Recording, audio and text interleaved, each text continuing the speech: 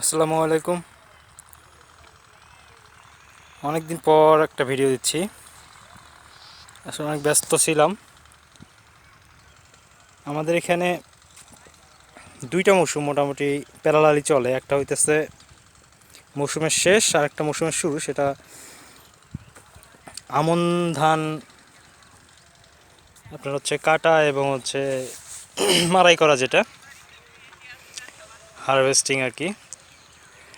আর হচ্ছে আলু রোপণ। তো আমাদের এই জমিগুলো এখন আমন কাটা হয়ে গেছে। আমন ধান ছিল ওই পাশে, ওইটাতে ঘাস ছিল।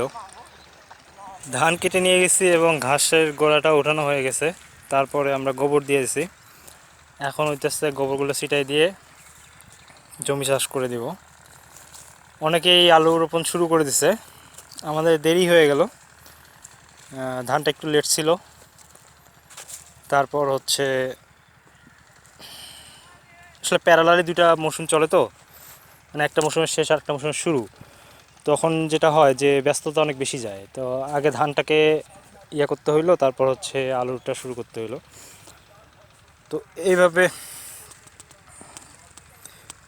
জমির আইলগুলোকে পরিষ্কার করে তারপর হচ্ছে এদিকে গোবর ছিটানো হয়ে গেছে দেখাই। তো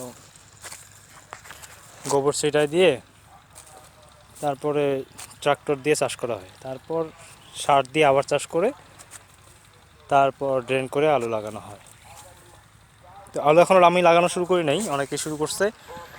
কিন্তু আলু লাগানোর জন্য প্রস্তুতি আর কি জোরে সোরে চলতেছে। আশা করি 3-4 দিনের মধ্যে আলু লাগা শুরু করবো আর কি। আলু লাগানো বেশি দিন লাগবে না, 2-3 দিনে আবার শেষ, আলু লাগানো শেষ হয়ে যাবে।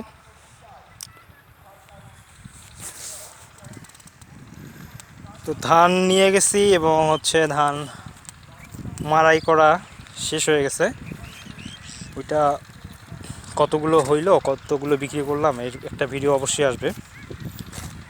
তো আজকে এই পর্যন্তই। সবাই ভালো থাকবেন, সুস্থ থাকবেন, আমাদের জন্য দোয়া করবেন। আসসালামু আলাইকুম।